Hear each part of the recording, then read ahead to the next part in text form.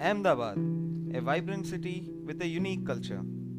Today, it is India's one of the most advanced cities. However, it also has its share of historical and cultural legacies.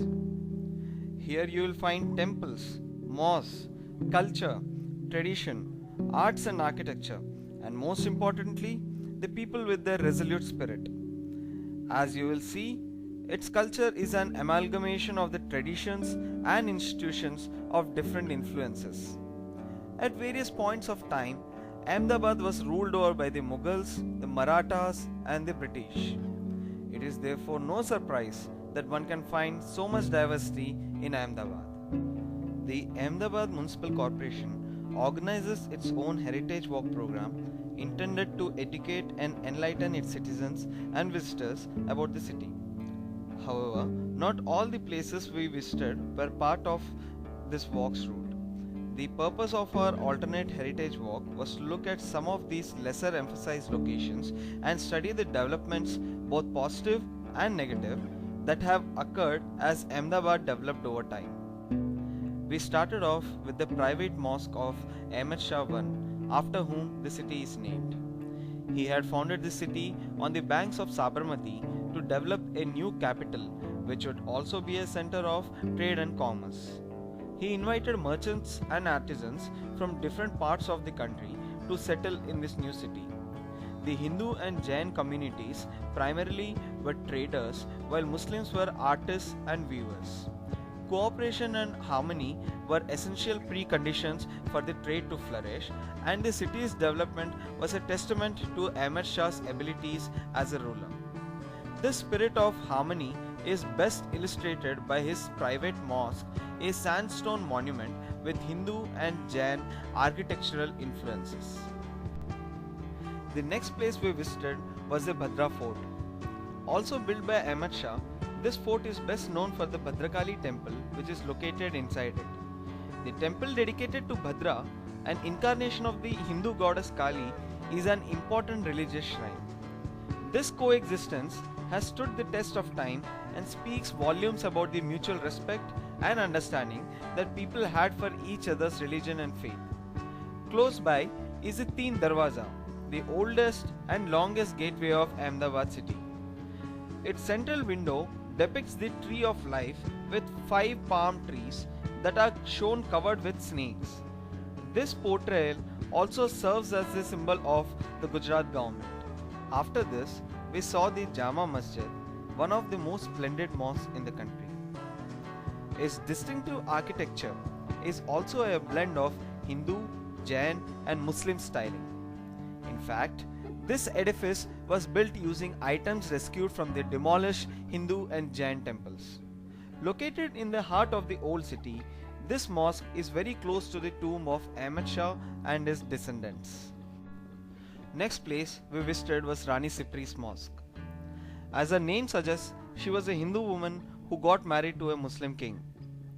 This suggests that in old times, intercaste marriage was not an unknown phenomenon and the society was not as divided as it was thought to be. During a recent road broadening drive by Ahmedabad Municipal Corporation, this mosque was under a danger of demolition. But due to the opposition of local architects and social activists, this mosque was left intact.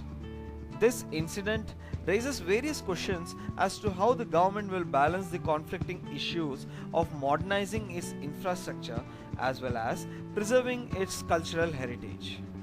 Another important historical relic that we visited was Siddhi Said Jali.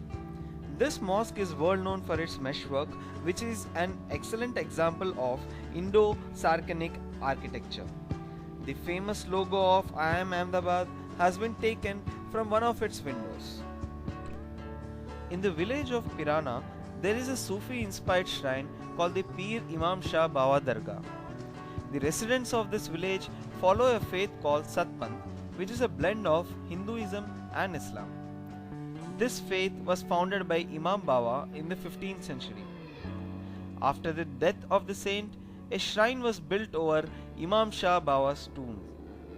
The Pir's devotees did not define themselves as Hindu or Muslim until they were forced to do so by the British censors in the mid 19th century. In recent times, this shrine has seen conflicts between these two religions, and attempts have been made by Hindus to take over the shrine and to restrict Muslims from praying at all places in the complex. These attempts were made so as to capture huge chunks of land that are associated with this place, and this place has exchanged hands between various faiths and has seen many conflicts over name of faith. However, when we visited the shrine, it seemed peaceful and people from both the religions could be seen inside the complex. Such positive signs augur well for the future of the country. We will now summarize some of our key learnings from the visit to these sites. The city has such a long history of religious harmony and integration. But of late, divisive tendencies have cropped up that have been expressed in the form of riots and skirmishes between communities. Such an environment is destructive to the cultural and social fabric as well as to the economic growth of the city. According to the police model, there will be a tendency to work for the common good or public interest. However, in the quest for this, one should ensure that the voice of the minority or weak sections are not ignored.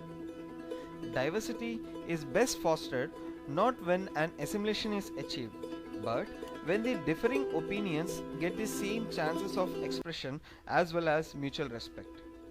Market models are concerned with maximization of private wealth and productivity, but not with its distribution. Government needs to play an active role in the latter, and socio-economic considerations should play a major role in shaping policy.